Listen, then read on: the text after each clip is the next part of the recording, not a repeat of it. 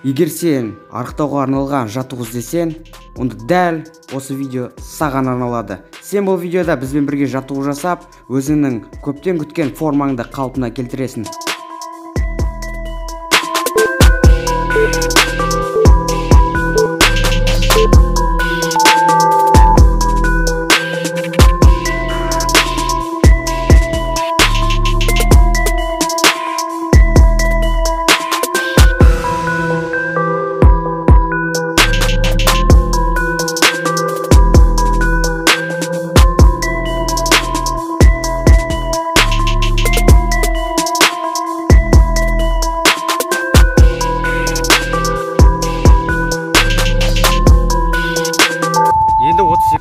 Сол кездегі пайдалы ақпарат айтып кетсем.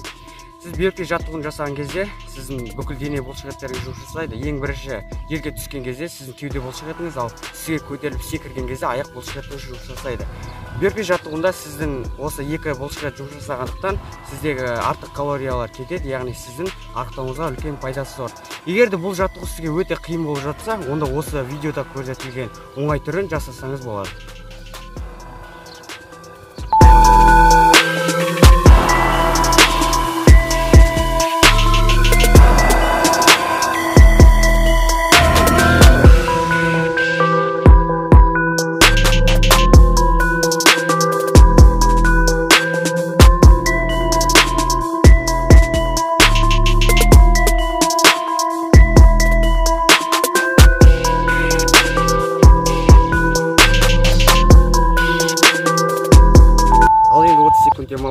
Бұл приседание жаттығуын жасаған кезде сіздің ең бірінші аяқ бұлшықеті және жамбас бұлшықетіне күш түседі.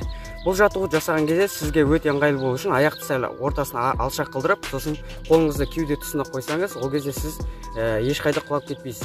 Осылай жаттығуды асықпай ақырын жасасаңыз болады.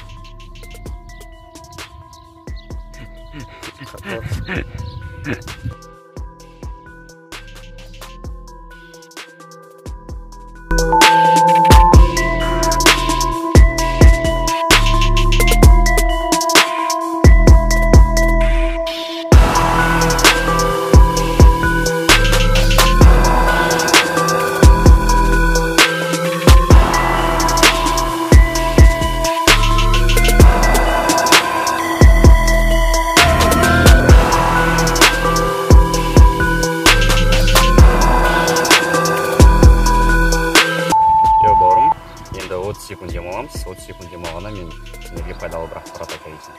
Негізінен отжимание бұл грудак, арқа және де пресс. Ең бастысы мына қол бұлшықеттеріндегі майларды кетіруге өте көп пайдасын тигізеді.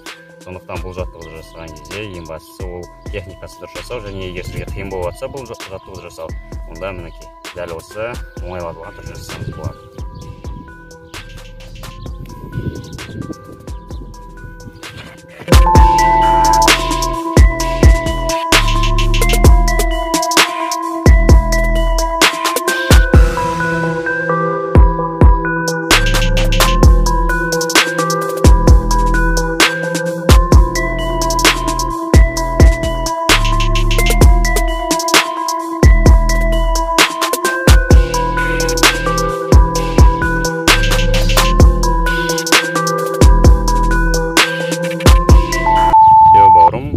Соңғы жаттығуды жасап болдық. Бұл жаттығу негізінен мына пресс және де қол бұлшықеттерді шығаруға және майды кетіруге арналған жаттығу.